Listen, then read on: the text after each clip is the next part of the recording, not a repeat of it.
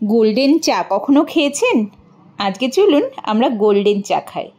তার জন্য লাগবে এই ফুল। এই ফুল আমরা সবাই চিনি, আমরা বলি শিউলি ফুল। বাঙালিরা এর আর একটা নামও আছে, সে নামটা হলো পারিজাত ফুল।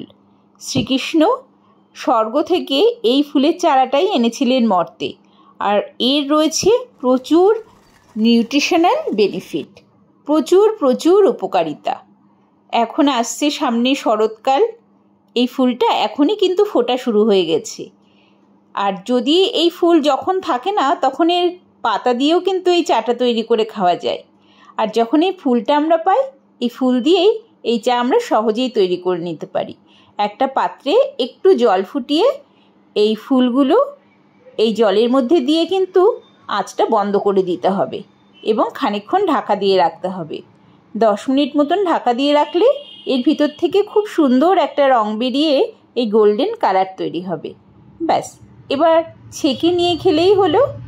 এর সঙ্গে কেউ লবণ মিশিয়েও খেতে পারেন, আবার যদি কেউ একটু মিষ্টি পছন্দ করেন একটু মধু মিশিয়েও খেতে পারেন। প্রচুর নিউট্রিশনাল বেনিফিট, প্রচুর উপকারিতা।